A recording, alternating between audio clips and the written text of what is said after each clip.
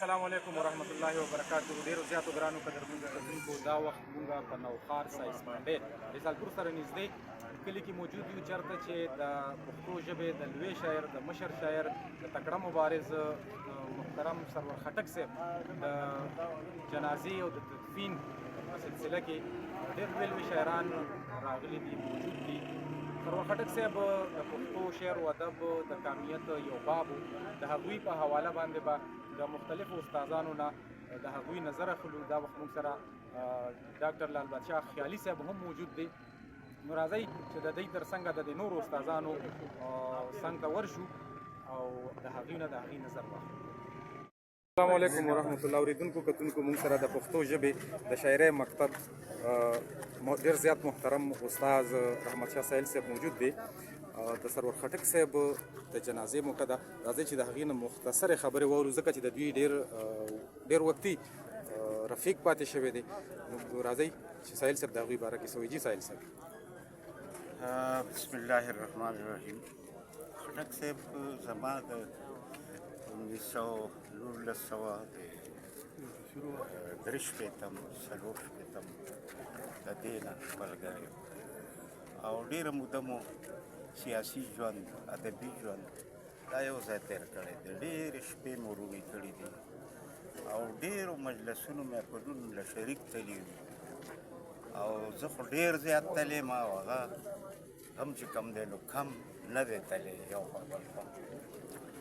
او هغه سرور چې کوم دی فکري لحاظ سره یو دغه سړی و، د پرست سړی و، ترقي پسند سړی و.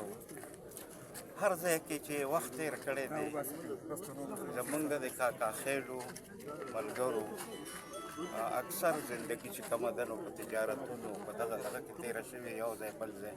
نو چېرته چې وخت تېر کړی دی هغه یاران دوستان لرلي دي په هغه لار او ډېر دوست پرست سړی و، ډېر خوږ سړی و، خبرلوز سړی و، پوهېدونکی سړی و او ټول عمر په دغه یوه جولۍ کې خپله برخه ور اچولې ده.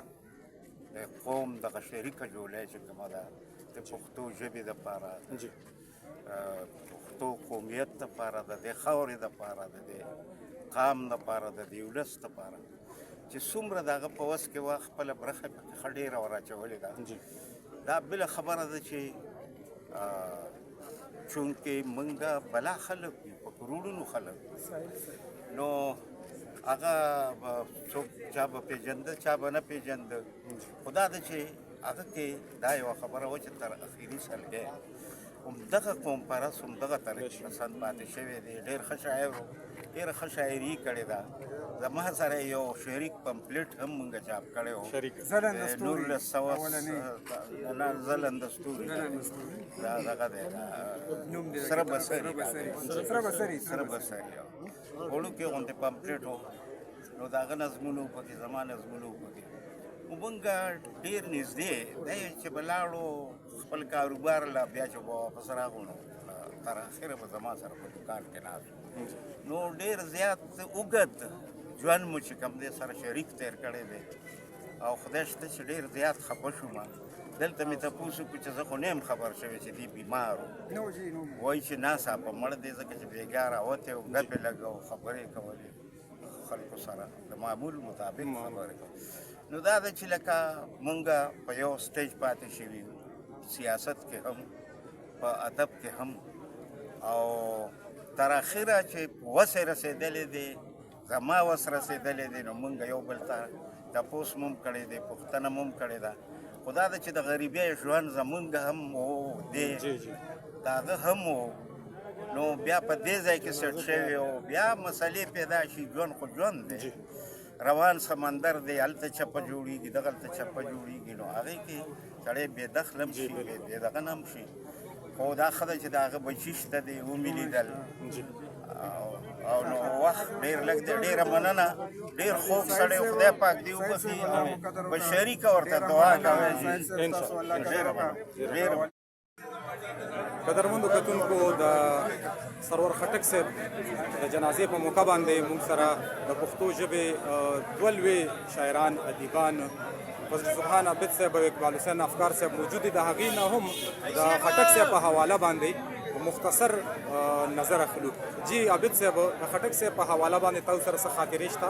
د خټک صاحب د نوم سره خو زه ډېر د وړوکوالي نه اشنا یم او زمونږ په علاقه کې په یو کلي کې خرکې نوم دی د هغې په هغې کې ډېر وخت تېر کړی دی بلکې ماشومتوب زلمیتوب یې هلته شوی دی او د ساحل صاحب سره ټول عمر پاتې شوی دی او زه افسوس کوم چې ما دغه زمانه نه دی لیدلې چې د ساحل صاحب ملګرتیا یې کړې ده بیا هغه کیسې مې اورېدلې دي تر نن یې د ساحل صاحب نه اورو نو د یو نظریې د یو فکر ملګری او د ساحل صاحب سره د یوې لارې ملګري نو چې څنګه د ساحل صاحب زموږ په زړه کې یو کور او ځای کړی دی نو داسې دم کړی او دا رسالپور چې نن پکې موږ د هغه جنازې له راغلي یو دلته زه په ډېر وړوکوالي کې د هغه لیدو له راغلي وم دلته د کپړې یو دوکان و او زه سپېشل د هغه د لیدو دپاره راغلي وم دلته ورسره په دوکان کې ناست وم د هغې نه وروسته خو بیا ملاقاتونه ډېر زیات وشو نو دې په هره حواله باندې ډېر زیات خوږ دروند او قدرمن او پښتون سړی و نن هم د هغه خرکي کلي بلا خلک ما دلته ولیدل چې جنازې له راغلي دي د هغه کلي خلک د ده دومره قیسې کوي چې زه نه وایم چې ګینې دې زموږ نه داسې جدا پاتې شوی دی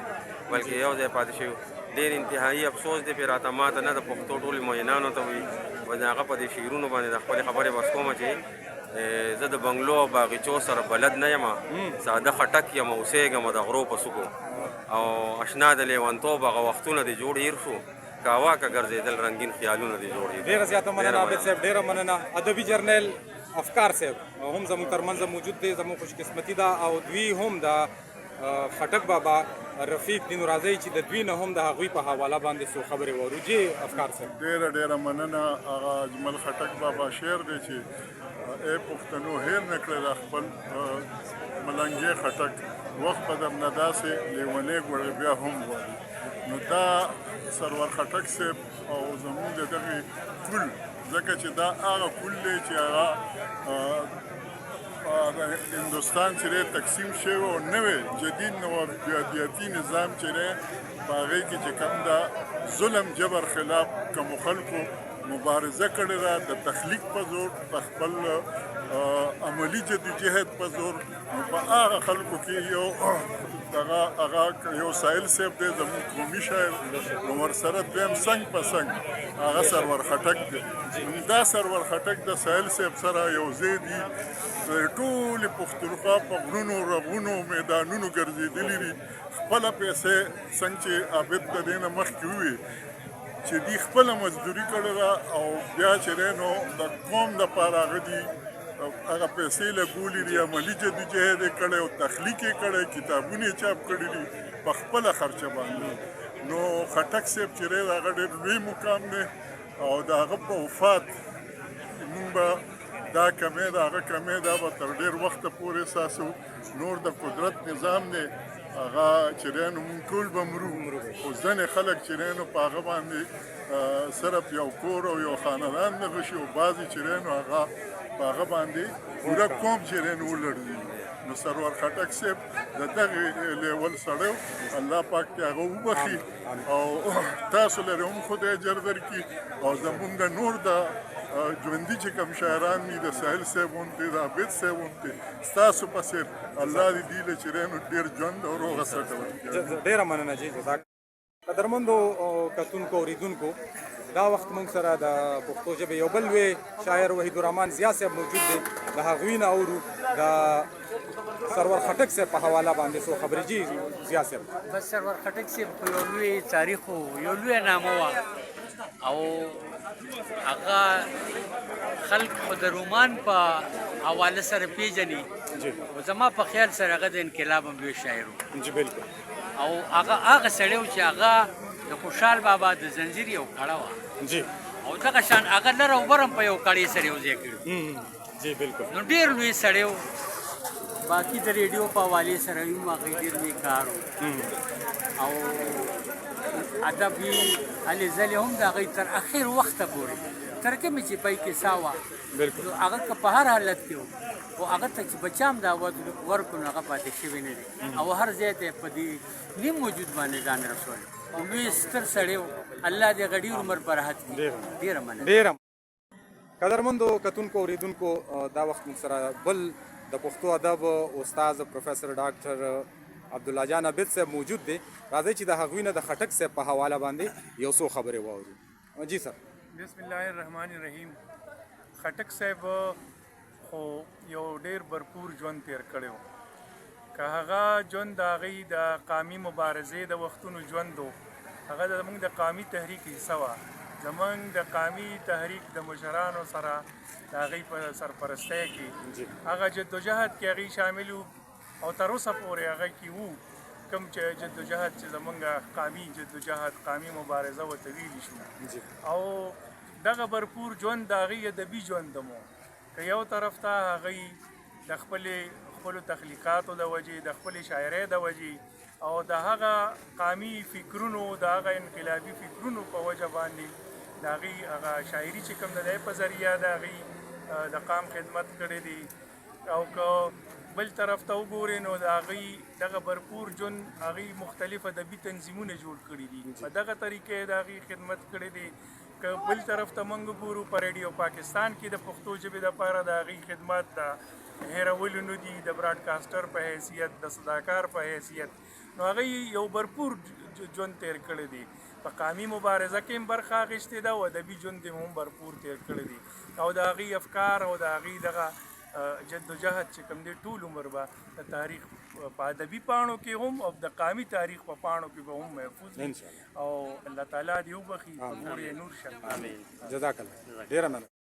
د ملکن بړخیل سره تعلق ساتم. جمال خان جمال نوم دی، لیکوال ادبي ملګري صدارت کوم.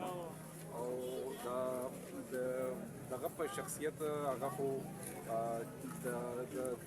دغه ته چراغ ته نیول دی، هسې د ډیوه نیول ده د انوار ته، دغه خدمات ډېر د ستاینې وړ دي. د هغه نه مونږ زده کړې کړي دي او زما سره یې په خصوصي ډېره مینه کړې. ما ورسره په 2018 کې چې کله ادب ته رالم نو ما ورسره څو مرکې هم ریکارډ کړي دي. او بهرحال په دې کې زه د هغه په باره کې شخصا دومره لوی شخصیت دی، دومره کار د هغوی په بیک باندې دی. زه خو د هغوی متعلق په سره هم زموږ سره دریاب صاحب دی، ډاکټر علي خیل دریاب صاحب زموږ د پښتو اکیډمۍ چیرمن، زه یم چې هغه پې خبرې وکړم ډېر. دریاب صاحب